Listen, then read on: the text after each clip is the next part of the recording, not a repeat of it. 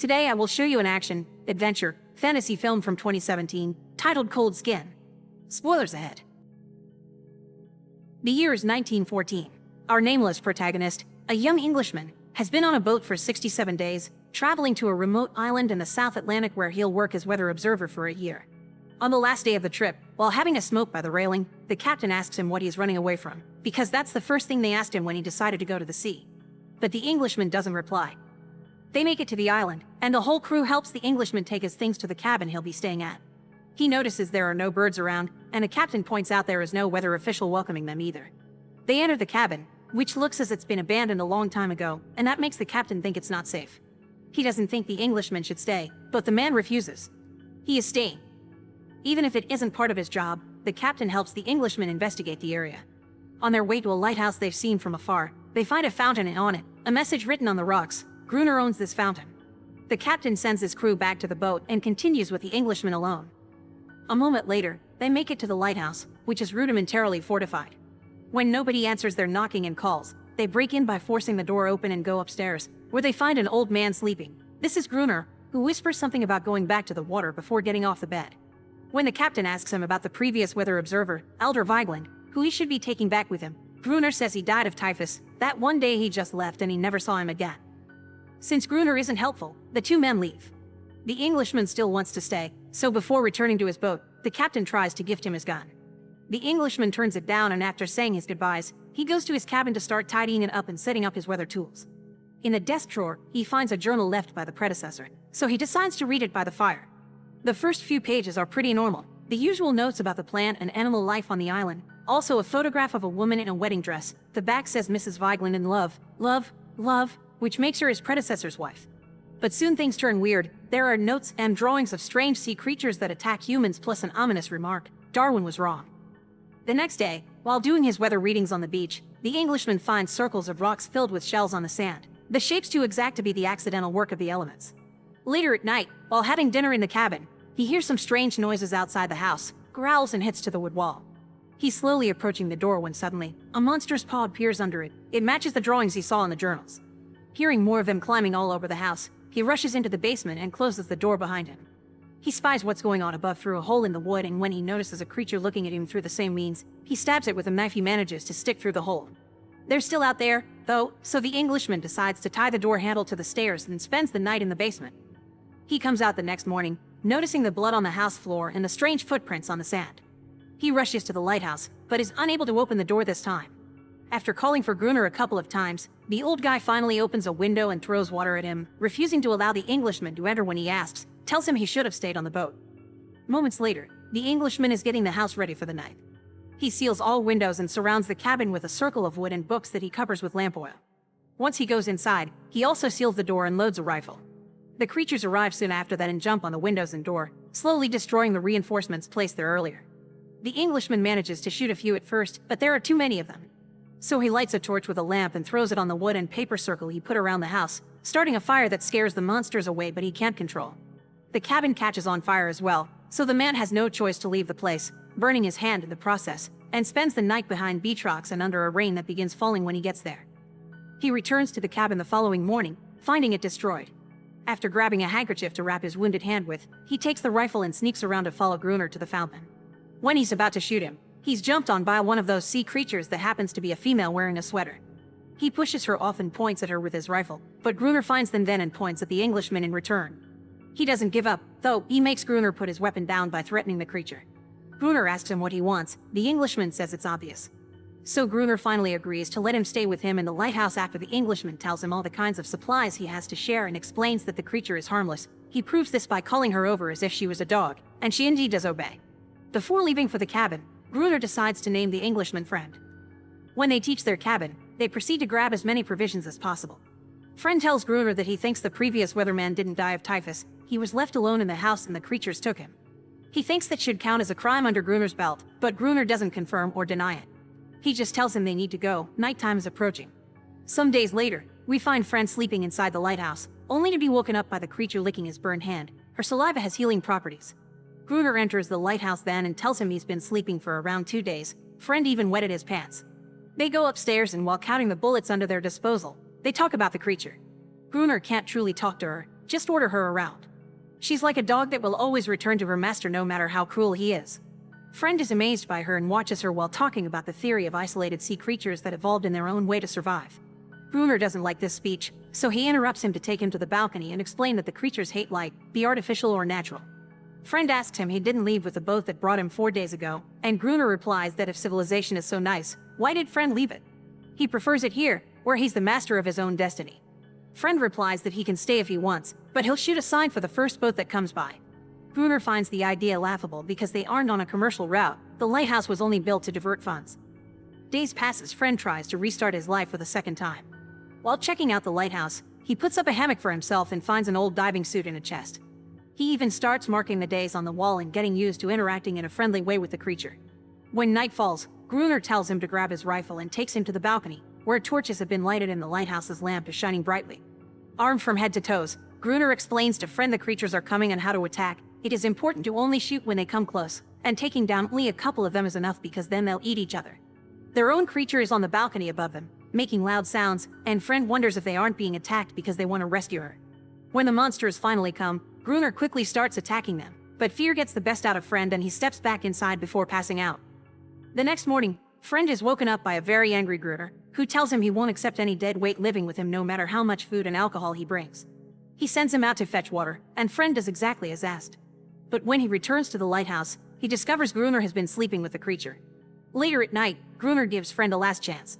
He takes him out to the balcony again, but this time, when the creatures come, he is the one to step back inside. He closes the door and locks Friend outside, leaving him to defend himself. The next morning, he opens the door again and finds Friend covered in blood but alive and victorious. Both men settle on daily routine then. Each day, Friend does menial tasks to earn his stay in the lighthouse, and at night, they defend themselves against creature attacks. Friend remembers why he came to the island, to find peace in nothingness, but instead, he's found hell. He wonders why the creatures don't attack every night. In fact, 2 entire weeks pass without any sight of them. On his daily searches for wood, he's also started to pick up whale bones for carving. Friend can't understand how Gruner can attack these creatures so often and sleep with one of them at the same time. The touch of her cold skin should be unsettling. But he also finds himself befriending the creature and even naming her. He calls her Anorus. One night, the 2 men get so engrossed in a chess game that they forget to turn on the lights. They're almost overpowered by the creatures when they attack, but they barely manage to survive by locking themselves in the lighthouse, although Gruner's leg gets hurt in the process. The next morning, while Anorus heals the wound, Friend points out they won't be able to survive for much longer since they're running out of ammunition before he leaves for the beach. There he finds a necklace on the sand, and right afterward, he sees a boat in the distance. He runs inside the lighthouse and comes back with a flare gun in hand, but Gruner doesn't allow him to shoot him. He says he can protect himself. He has what he wants and he doesn't want more people on the island.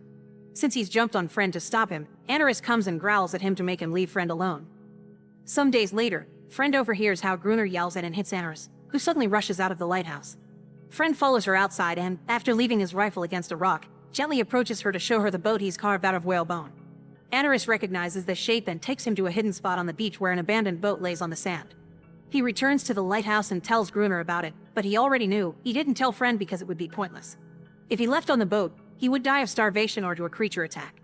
When questioned about the boat's origins, Gruner says it had been used by a Portuguese man that escaped a shipwreck and was killed by the monsters.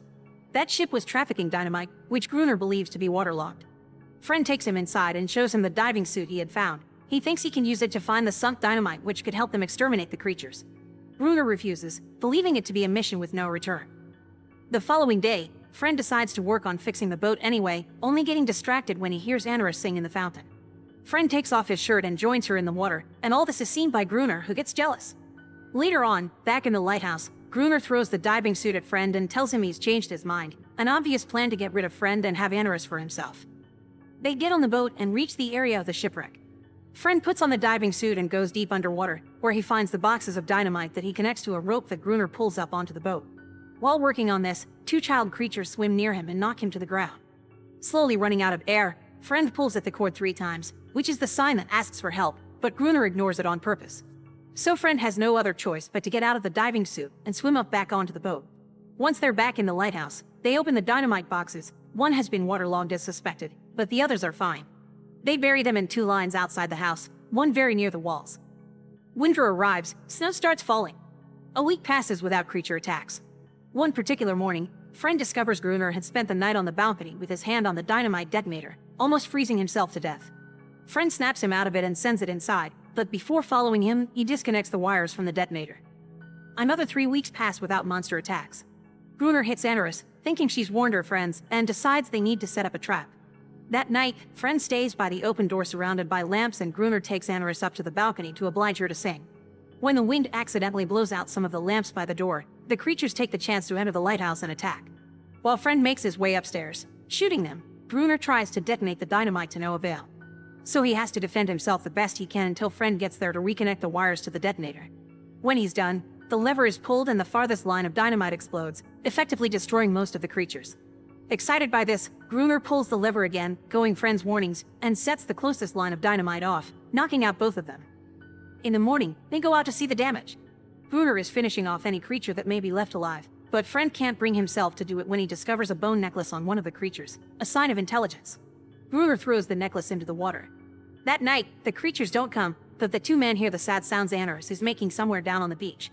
Gruner explains that's how he found her as a baby, crying while trapped in a net. He also says she always does the same thing, cries a lot but ends up coming back anyway. Friend thinks she's mourning. The next day, while walking along the beach, Friend notices two child creatures on the sea. Trying to be friendly, he prepares something for them, a circle of stones on the sand and the bone boat he carved in the middle. He returns to the lighthouse then, where Gruner is reloading their rifles with fake bullets just so they can keep on inspiring fear. Friend ignores him and goes to the balcony, where he uses binoculars to check on his little bone boat. It's still there where he left it. The following morning, Friend finds that Gruner has drunk himself to sleep and a deck of cards has fallen to the floor. Inside the card box, he finds the same picture of the woman he had seen in his cabin, but here she isn't alone, her husband is with her. The words love, love, love are also on the back of this picture. Friend has a realization then, Gruner is a fake name and the previous weatherman hadn't died.